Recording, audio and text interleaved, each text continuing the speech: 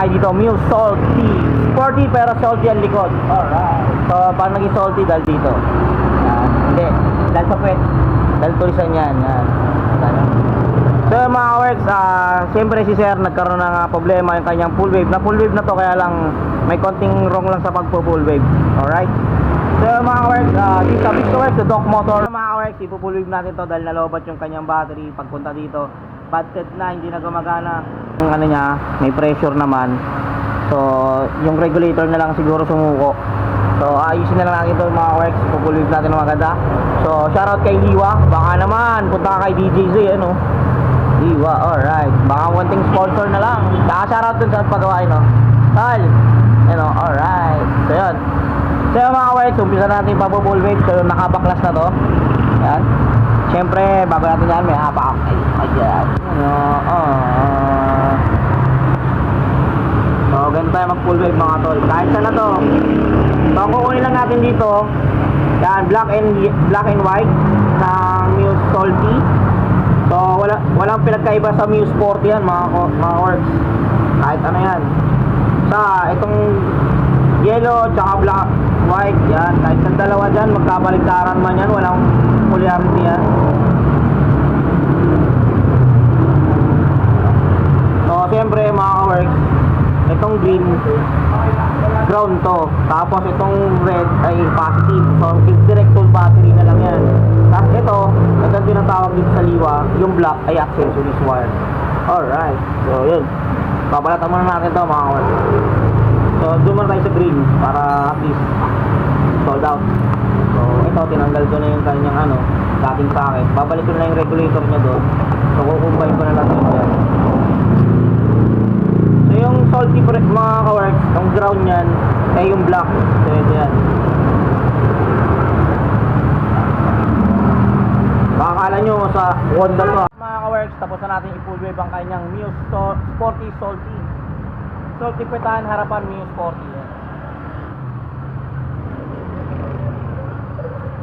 Yun. So, shoutout sa ating customer kay Sir yan. Sir, pangalan mo Sir? Alex. So, taga saan ka Sir? So, yun. Taga Mabang Parang pa si Sir. Dun sa may Mabang Parang Angono, papuntang Angono yun. Tama ba? Mabang Parang papuntang Angono. So, yun. Si Sir ay nasiraan dyan lang sa may pagbaba. Dito na, papunta sa amin. Pero sa buti sumakto. So, yun. Good na yung motor niya. So, makikita nyo mamaya. Ito, makikita nyo ngayon, oh. So 12.1 na siya. Kapag in-start mo yan, yan, gagalaw na 13, angat na ng 14 yan. Ayan, nakita nyo, oh, gumagalaw, di ba? So ibig sabihin nun, good sa pagka full wave natin at gumagana na siya. So magiging safety na lang niya. Yung battery kanina, so natuluyan yung battery, buti battery ang tinamaan, hindi na ibang kanyang hindi tinamaan diretso yung CDI niya. So goods pa. So yun, magagamit na ni tropa yung kanyang ayan.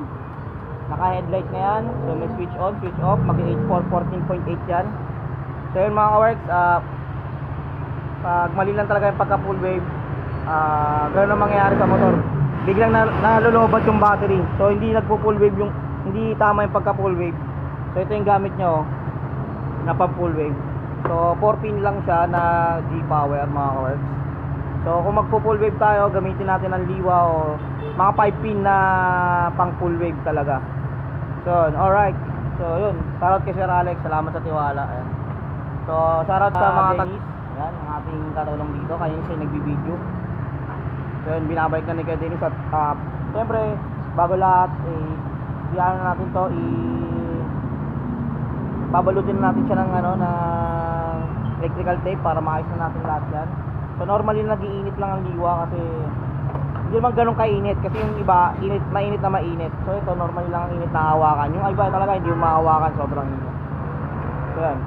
So yung mga works, salamat at kung bago ka lang sa video na to, pwede mo like and share and subscribe sa aking YouTube channel. Alright. So yun, salamat sa inyo. So lalo na sa pala sa ating mga grupo dyan. Guardian Muson from Taytay. Salamat, shoutout sa inyo mga kabro. Yan. Mabuhay kayo, hanggang sa gusto natin. Alright. So, dito lang yan sa DJ Z, 7 Media.